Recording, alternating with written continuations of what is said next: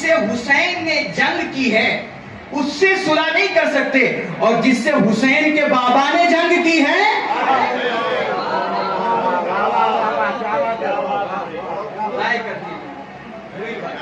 آپ طرف نہیں رہے ہو. اب آپ جمہوری بھائی کا جذبہ الگ ہوتا ہے سننے کا. سنو، جس سے حسین نے جنگ کی اس سے ہم صلح نہیں کر سکتے، اور جس سے حسین کے بابا نے جنگ کی ہے، جس سے حسین کے بابا نے جنگ کر لی ہے اس سے صلح ہو جائے گی.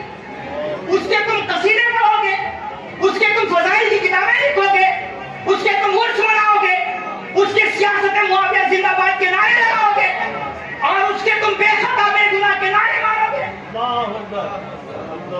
اللہ کہاں جا رہے ہیں سنیت کو لے کر؟ اور سنیت کی کون سی صورت پیش کر رہے ہیں؟ کہتے ہیں کہ نہیں، وہ امام حسن نے صلح. بعض مولوی تو یہاں تک کہتے ہیں، لکھنے والوں نے لکھا تک ہے معاذاللہ کہ امام حسن نے جناب سے صلح اس لیے کی تھی کیونکہ وہ زیادہ اہل تھے.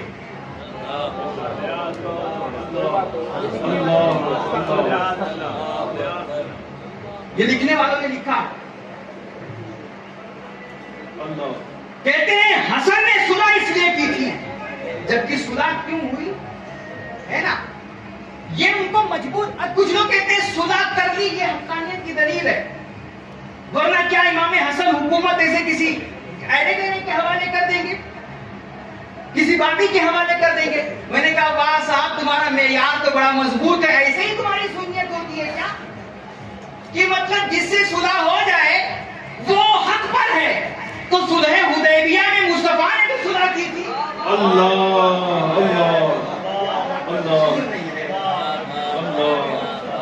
صلح حدیبیہ میں مصطفیٰ نے جو صلح کی تھی کیا وہ سب بھی حق پر تھے؟ وہ سب بھی حق پر تھے.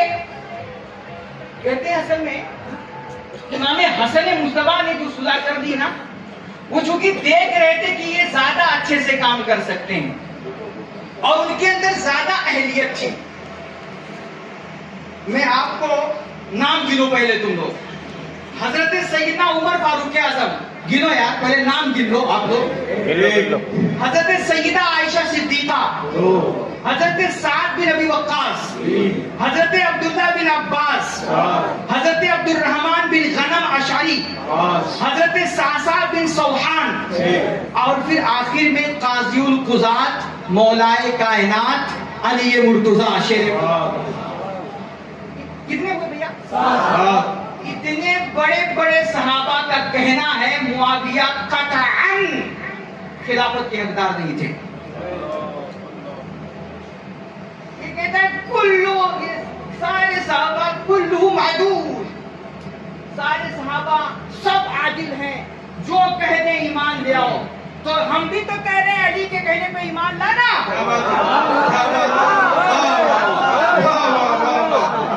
لانا ایمان، اور اگر نہیں لائے گا نا اور اس پہ اگر انکار کیا تو پھر سر فہرست حضرت سیدنا عمر فاروق اعظم ہے.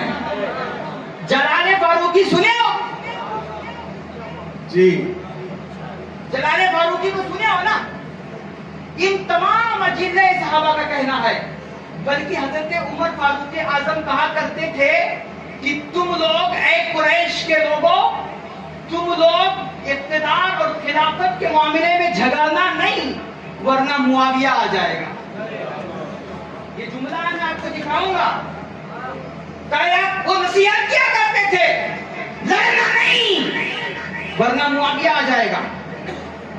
ایک صاحب بولے تو پھر حضرت عمر فاروق اعظم نے ان کو گورنر کیوں بنا دیا تھا؟ حضرت ہمارے ایک کا جواب لے کر کے بیٹھے، مجھے پتا ہے مودی کے پہ چڑھے. بولے کہ حضرت عمر فاروق اعظم نے تو ان کو گورنر بنایا تھا. ہم نے کہا آپ کو میں دکھاؤں گا زندگی بھر حضرت عمر پچھتاتے رہے اور یہ پچھتاوے کا ہی نتیجہ تھا جو فرمایا کبھی لڑنا نہیں ورنہ معاویہ آ جائے گا. یہ پچھتاوے ہی کا نتیجہ تھا. میں لکھ کے بیٹھا ہوں. تو کہتے ہیں نا کہ وہ زیادہ اہل رکھتے تھے، اہلیت رکھتے تھے. میں جملہ اس لیے کہہ رہا ہوں چونکہ اعتراض ان کا یہی ہوتا ہے، اس لیے میں یہ سب واضح بالکل کھول کر کے بیان کر رہا ہوں. وہ کہتے تھے کہ ان کے اندر زیادہ اہلیت تھی. سنو مصطفیٰ کریم کی حدیث پاک سنو. ویسے تو میرے نبی کا ہر گھرانے کا ہر بچہ سید ہے. سید کا معنی سردار، سید کا معنی دیکھو مصطفیٰ کریم کی ذات سید المرسلین، بولو یار، سید العالمین. حضرت علی کی ذات سید العرب، سید المسلمین. سیدہ زہرا کی ذات سیدۃ النساء اہل الجنہ، سیدۃ النساء العالمین. حسنین کریمین کی ذات ان الحسن والحسین سیدا شباب اہل الجنہ. گھرانے کا بچہ سید اور سردار ہے. کیا بات ہے، واہ واہ سبحان اللہ. اور کئی مقامات پر مصطفیٰ کریم نے سیدنا امام حسن پاک کو بالخصوص سید فرمایا، کئی مقامات پر.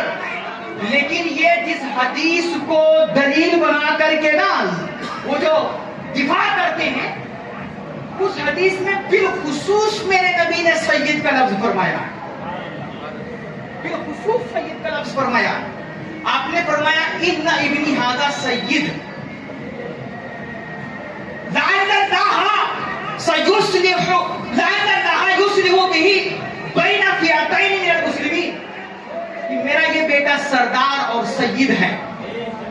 میں پوچھنا چاہتا ہوں ایسے تمام مولویوں سے کہ یہاں بالخصوص جب اصلاح کی بات آئی تو مصطفیٰ کریم نے، صلح کی بات آئی تو مصطفیٰ کریم نے سید کا لفظ کیوں فرمایا؟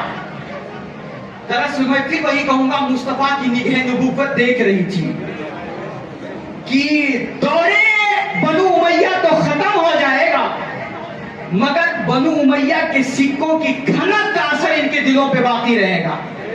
اللہ. اس لیے مصطفیٰ کریم نے بتا تھا حضور کو کہ کچھ مولوی پیدا ہوں گے جو یہ کہیں گے کہ معاذ اللہ میرے حسن میں اہلیت نہیں تھی. اس لیے حضور نے بالخصوص اس مقام پر ان ابن ھذا سید فرما کر کے یہ مہر لگا دیا اور یہ آخری کیل ٹھوک دیا کہ مولویوں تم کچھ بھی رکھتے رہو، میرا حسن کل بھی سید تھا اور قیامت تک سید تھا. نعرہ تکبیر، نعرہ رسالت. سبحان اللہ سبحان اللہ. پیدا ہوتے ہی سید تھے اور قیامت تک سید رہیں گے. لہذا یہ نہ کہا جائے کہ ان کے اندر اہلیت نہیں تھی معاذ اللہ اور وہ سیادت کے لائق نہیں تھے. اور یہاں پر صوفیہ نے بڑا لطیف نکتہ بیان فرمایا ہے کہ حضرت سیدنا امام حسن پاک نے جو یہ صلح کر دی اور اپنی عزت کو داؤ پہ لگا دیا. عزت کو داؤ پہ. میرے بھائیوں حسینیوں، تم لوگ یار آقا حسین کا ذکر کرتے ہو اور الحمدللہ کرنا چاہیے، جتنا کر سکتے ہو کرو. لیکن یار مولا حسن پاک کے بھی ذکر جم کر کے کیا، چونکہ اگر مولا حسین پاک نے دین کی آبیاری اور امت کی خاطر اپنا خون بہایا ہے نا، تو اس سے پہلے امام حسن پاک نے اپنی عزت قربان کی ہے تمہارے لیے، تمہارے لیے.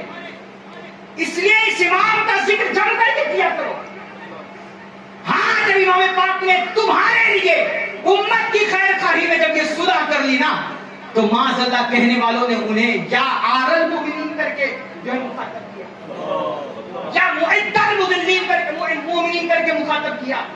اے مسلمانوں کو شرمندہ کرنے والے، اے مسلمانوں کے ماتھے کی کانک، معاذ اللہ اس طرح کے جملے وہ کہا کرتے تھے. مگر سب کچھ میرے امام نے برداشت کیا. وجہ کیا تھی؟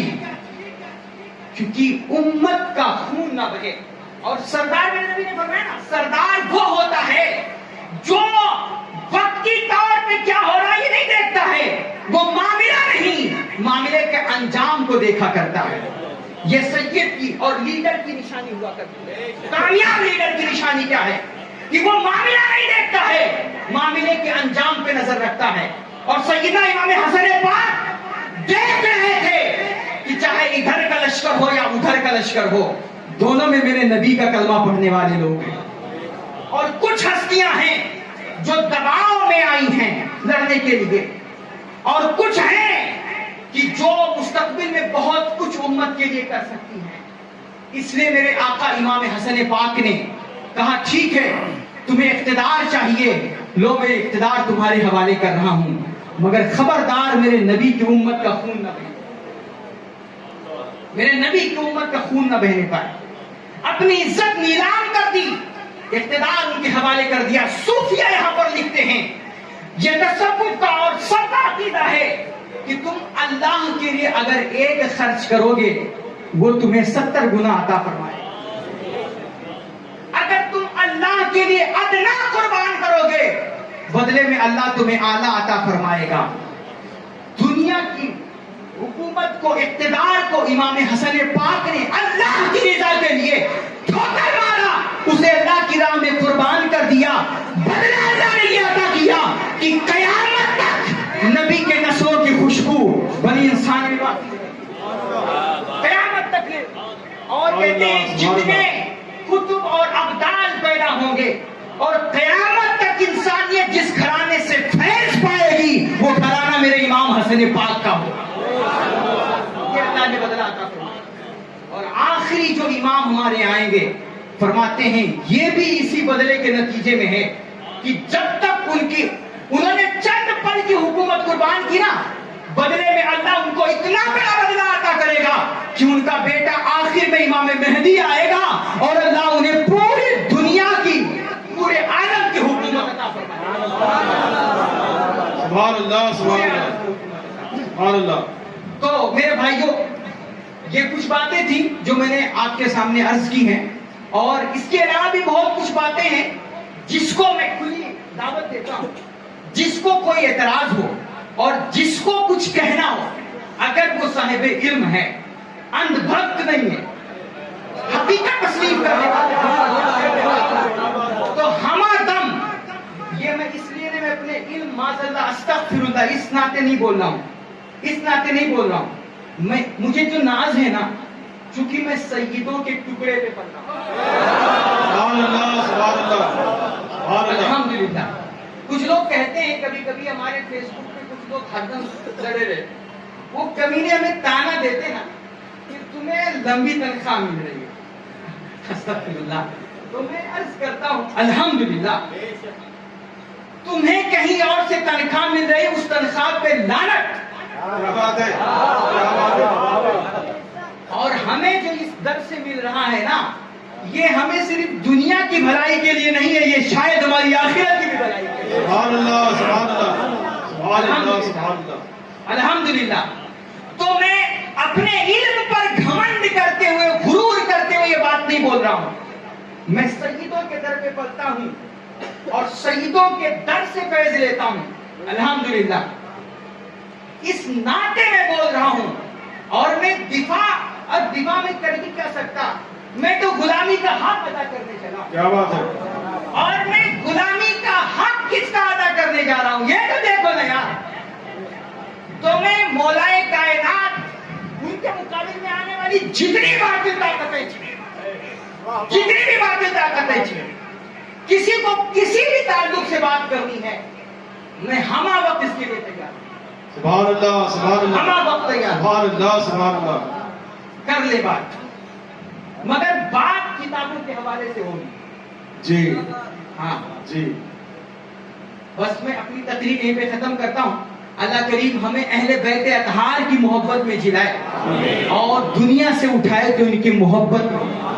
آخر دعوانا الحمدللہ رب العالمین، السلام علیکم۔